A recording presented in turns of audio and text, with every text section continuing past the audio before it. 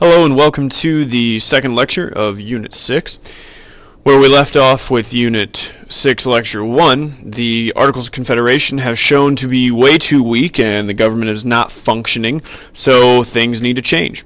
What we will look at in this lecture is in September of 1786, delegates from a few states meet and try to fix the problems that meet to try to fix the problems that the United States had with trade that is being caused by the Articles of Confederation. They decide that there's a need for national trade laws, which would apply to all states, but the problem is the Articles of Confederation give the national government no way to enforce this national trade law or no way to regulate trade. What they decide is that they need to meet in Philadelphia to have a bigger meeting with more states to try to get to the bottom of this, because people start to see that, we might need to have some major changes to the government if we want to fix all of these problems. This meeting in May in Philadelphia is what we will refer to as the Constitutional Convention. They elect George Washington as the president of the convention, not of the nation at this point. At this point, there is no president of the United States. That does not exist yet. So he is just the president of the convention. Much of what we know today about the convention is because of James Madison. He took very detailed notes of the happenings at the convention about what people proposed, what people said, the issues that people were having, how the voting went, all of that kind of stuff. James Madison is also known as the father of the Constitution because he contributed a great deal of the main ideas of the Constitution. He leads the push for a system in which the people have ultimate control, or where people rule, and a system in which people rule is called popular sovereignty. This would fit very nicely with the idea of a republic and the idea that the people vote for representatives and it's their responsibility to choose these representatives to, represent them. This is a picture of James Madison, obviously, the father of the Constitution. 55 men attend the convention. Today they are known as the Founding Fathers. There's a list of some of the included people, and there are some of the people that were not there. Thomas Jefferson was, in fact, in France. He wrote letters, though, supporting the Constitutional Convention. Patrick Henry was not there, and he did not want this Constitution to happen. He thought that the Articles of Confederation was just good enough. No one from Rhode Island was there. There were no Native Americans, African Americans, or women. So it was not very good cross-section or sample of the overall population. What you have is 55 old white dudes sitting in a room arguing about things. You have no really big diversity. Some challenges of the convention. James Madison in particular, he wrote the Virginia Plan, and under his plan, it's a government with the three branches. The Virginia Plan is what we have today as kind of the basis of our government. Not everyone agrees on everything that the Virginia Plan says, but a lot of the foundation of the Virginia Plan will show up in the final product of this convention, which will be the Constitution. So we have the three branches of government.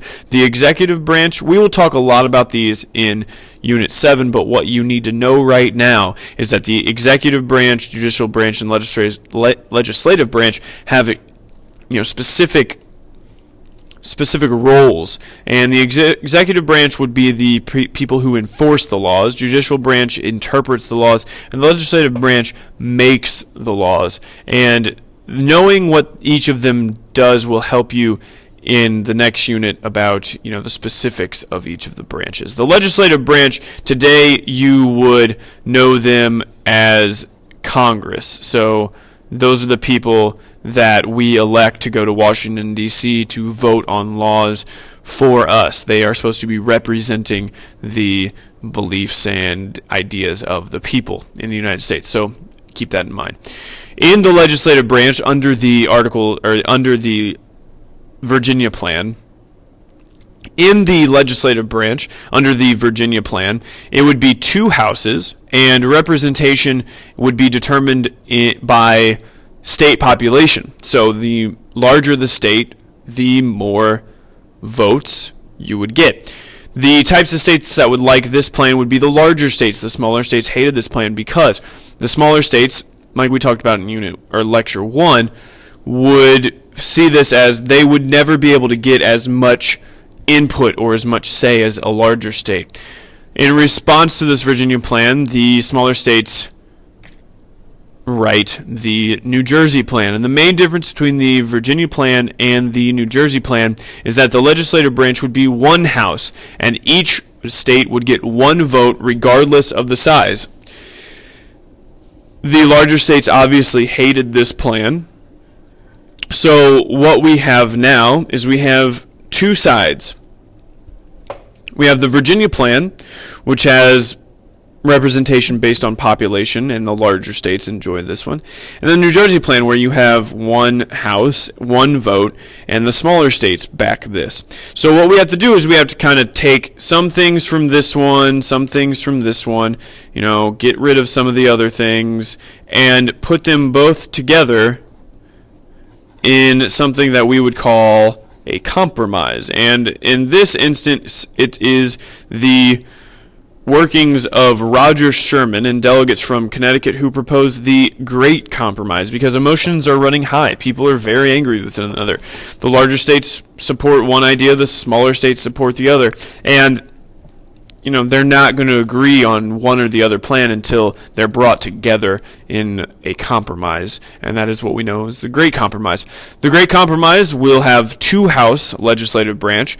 In the first, it is going to be known as the House of Representatives, and it would be based on state population. So the more people, the more votes, just like the Virginia plan. In the Senate, the other house of the legislative branch, every state, no matter the size, would have two votes. So each state would be equal, just like the New Jersey plan. This pleases both the small and larger states, and it was approved on July 16th, 1787. The last thing that they have to figure out is what to do over the issue of slavery. The Three-Fifths Compromise was a deal allowing that every 5 slaves would count as 3 free white people. The issue here is that the southern states are never going to accept a plan that completely outlaws slavery, which is something that the northern states kind of want to do. The reason that they don't want to do that is because, like we've said a lot, the southern economy is based heavily on agriculture and slave and plantation system. But the southern states don't want to give the slaves any rights, any freedom, any voting, or anything like that, but they want to count them in their overall state population, because if they count them in their overall state population, they will get more votes in the House of Representatives. The northern states, of course, do not want this to happen, because they say, if you're going to treat them like farm equipment, and not give them any rights, and not treat them like humans, then why should you count them as humans? If you want to count them as humans, treat them like humans. So the southern states, like I said, would not accept limits to obtain slaves. So the Three-Fifths Compromise says, okay, not all of your slaves will count as your total population, but some of them will. And the Three-Fifths Compromise also promised that the slave trade could not be banned until 1808 or for 20 years. And that doesn't really happen. The slave trade goes on for much longer than that, and slavery is not outlawed for much longer than that until we have a civil war. So it's kind of like a situation where you are pushing off something to do it later, like your room needs to be clean, but you say, I'll clean it on the weekend, and then the weekend comes and you say, I've got other stuff to do, I'll clean it during the week. And then you just keep pushing it off until your parents finally yell at you and there's some conflict and you're like, okay, fine, I'll clean my room. And that's kind of what happens with the slave trade. They say, we'll worry about it in 20 years. No, we'll worry about it in 10 years. And then, we'll worry about it in another 10 years. Until finally there's a conflict where you see the Civil War.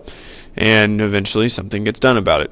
So that's the Three-Fifths Compromise. This is a map of the slave population. Obviously, you can see that there are the vast majority of slaves lay in the South, Virginia, North and South Carolina, Georgia. With everything in order, And most people happy the delegates approved the new Constitution, and it was out to the states to be approved or ratified. And the fight for ratification is what we'll cover in the last lecture of this unit. You will see that, not everyone likes the Constitution, and it's a hard battle to get it approved. So we'll see what happens.